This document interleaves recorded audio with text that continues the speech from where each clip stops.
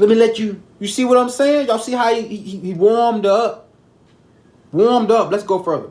I'm going to fast forward and get to some At the stuff. time I met Charlotte. Let's go. He was like...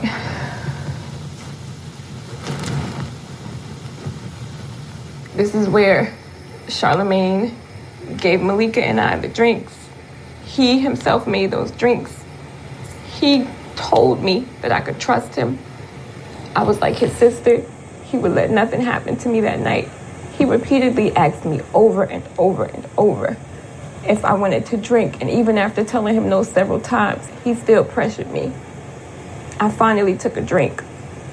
Now, mind you, I'm 15 years old. I'm a child. I'm a minor. I'm being pressured into drinking by someone who I thought I could trust. I let my guards down. And I said, you know what? This is my friend. He won't let anything happen to me.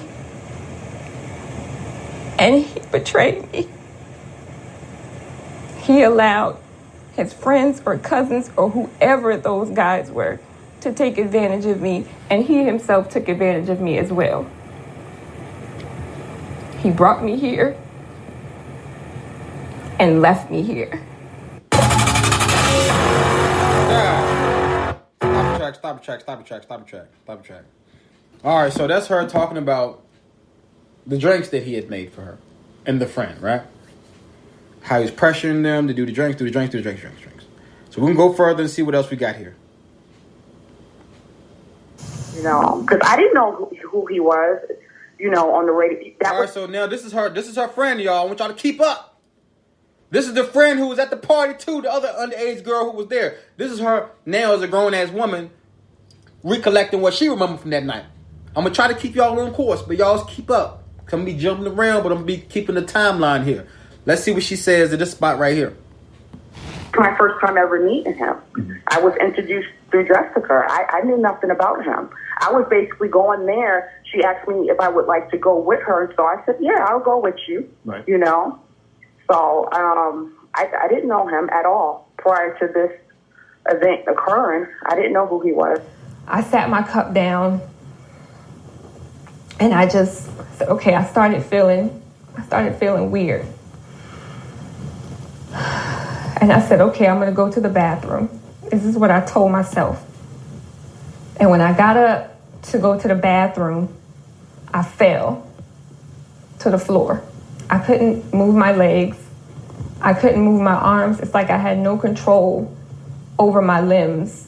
I could see and I could hear, but I couldn't move. So I heard the guys in the back and they were laughing, and Charlamagne was laughing. Y'all catch that? I'm going to cut that off, but y'all catch that? The drugs are starting to take effect of her. She's starting to lose her control of her own body. She can hear the devils laughing at her. Charlamagne and the crew, knowing the shit is kicking in, and they starting to laugh and giggle like some bitch-ass niggas. That's why I'm so mad at this nigga. This shit is deep, man. This shit is evil. They start laughing when they see the drugs start to kick in on her. And mind y'all, in this video, you can see mannerisms. The girl, this woman is a grown-ass woman now, and she is shaking as she's trying to tell the motherfucking story. Continue. And he told them to take me upstairs.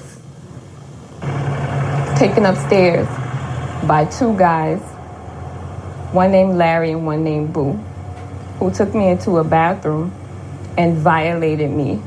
And Stop. She remembers everybody's name. Larry, Boo, their best friend. Everybody that's in her story, she's saying their motherfucking name.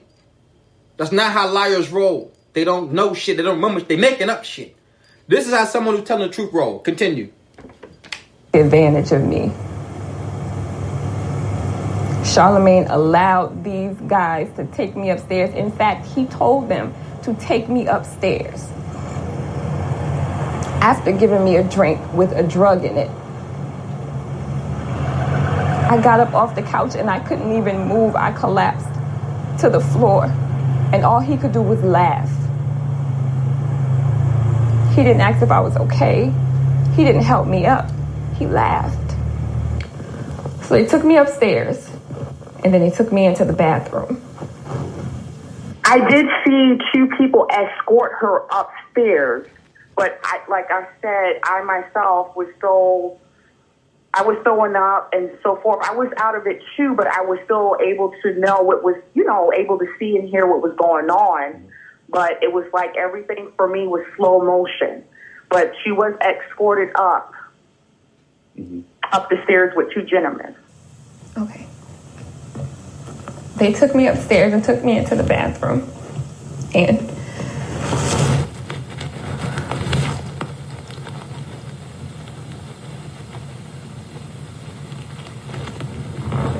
I don't know if I can do this. They took me upstairs and took me into the bathroom. And they had my arms like this. One was here and one was here. And they were holding me up because I couldn't hold myself up. Proper context. The friend says yes, two men took her upstairs. The girl says, mind you, they not in the same room telling the story, y'all. Somebody else separately is talking to their friend and has her audio, and there's a whole nother group of people who have talked to the victim. They just decided to put these audios together. They are telling the same story. And these two women have not been involved and have been around each other and God knows when. Two men take her upstairs. Come on, keep up. And I had a dress on. I had one arm like this, and Larry was holding me up. And Boo had this other arm, but with his other hand, he was just forcing his fingers in my vagina. And I was just sitting there helpless. I couldn't do nothing. Whew.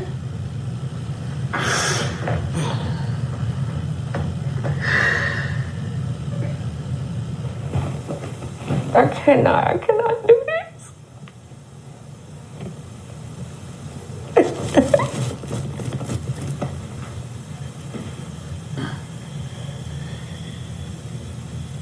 She's trying to tell the story, y'all, but she's breaking it down crying because she's reliving the trauma that happened to her when she was a 15-year-old child. When you tell these stories, it takes you back to that place. It makes you feel the vulnerability. It makes you feel the powerless feeling that you had that night. Imagine this. You're a drug. You can't even defend your damn self. And these two pigs are on top of you. They got you pinned up in the wall, and they're doing all the stuff that you ain't never had done to you. You're 15 years old. Come on, man. What kind of people Charlamagne rolling with? That's right. He rolling with the people that he is. He rolling with a bunch of motherfucking creep savage motherfuckers because he just like them. It's all one big joke to him. I'll let her continue. We'll get some dialogue from the people at home.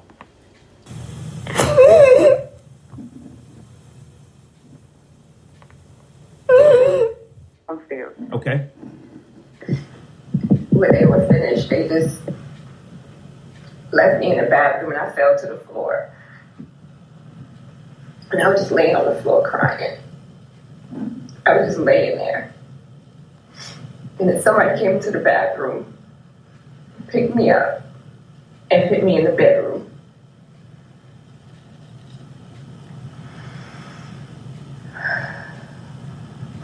Left me in the bedroom, closed the door behind them. I don't know how long I was laying there for, but Larry ended up coming in the bedroom. He came in, he got on the bed, and he started to rub his penis on my body. And all I could do at the time was just try to roll around on the bed. And I was rolling until I eventually fell off the bed.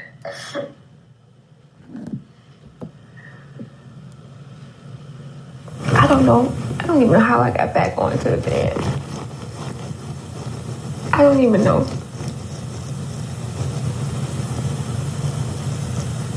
But he left. And then Charlamagne came into the room. And I saw Charlamagne's face with my own eyes. When he opened that door, I saw his face. I saw his face. I heard his voice while he was raping me. There's nothing that nobody can say. And started taking off my clothes. And started talking to me in the process. And he kept saying things like, I told you I was going to take care of you and nothing was going to happen to you.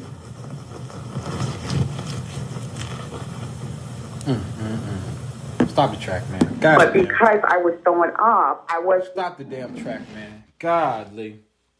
The boys get up in the bathroom, they hide their way, they throw into the damn bedroom. Larry doubles back, tries to hide his way in the bedroom. Charlamagne comes up last, and like a fucking devil, tells her, I told you I was going to protect you. In some ironic way, he thought that was funny to say as she's laying there, drugged up and already raped. He decides to go have his fun too. And it's the man that gets hired. This is the man that goes on Jimmy Kimmel Live and all these late night shows, and what's done in the dark will be set out, will be shown the light. It's that simple. It's that simple. You can't roll like you roll and just think that you're going to just slide on off with that. A transgression like that? I don't think so. I don't think so. It's so much... It's so much in this story. I'm going to read the comment section, y'all, before I get ahead of myself, man. Because my emotions is up right now. I'm ready to pull up on a nigga. Tabitha said a side effect of a serial assault is detailed recollection. You remember smells, the feeling, the burden of will anybody believe you? Feeling like you destroyed the family by telling. The feeling of it I keep quiet. Oh, the feeling that if I keep quiet, he won't hurt someone else. These women are so strong for talking. Too Tall Gangster said, what a fucking pig. You damn right. And that's some real talk right there, Tabitha. She's remembering small details of this night that happened so long ago. She remembers like it's yesterday. I'm not going to go too deep. Actually, I am. Let's keep going, goddammit. I was still coherent. I was still able to, I was still aware of my surroundings. So he couldn't really, he gave up with me, Y'all catch that? The friend said he had to give up with her. The drug ain't kick in enough with her. She was enough to fight his ass off. She still had her motor skills to where she could fight Charlamagne off. So that's why he was downstairs and came up late to the other friend. He was down there trying to strong arm manhandle and rape the other girl. And it wasn't working out. So this disgusting piece of shit took his ass upstairs and said, well, my boy's been handling this other girl. Let me go ahead and dive in with that one because the drug's working on her right. Are y'all paying attention to the details? That's the friend saying that he couldn't get none. He couldn't have his way. She was a little too coherent. She fought him off enough. And Charlamagne the Devil set the sight on young Jessica Nicole Reed after that. Y'all notice this so-called party, you don't hear no other women. It wasn't a party. It was a setup. Y'all notice that? In the story, we're not hearing about no big packed ass house with all these people around. You're hearing about 2 underage girls with 4 to 5 grown ass men. There was never a party to be had. Charlamagne had tricked these little girls to drug them and get them alone and rape them and drop them off in the middle of nowhere like they ain't nothing. That's the detail you need to notice also. This was a predator's plan from jump to carry it out all the way through. Mono accident to where he 18, she's 17, he thought she was 18, they both got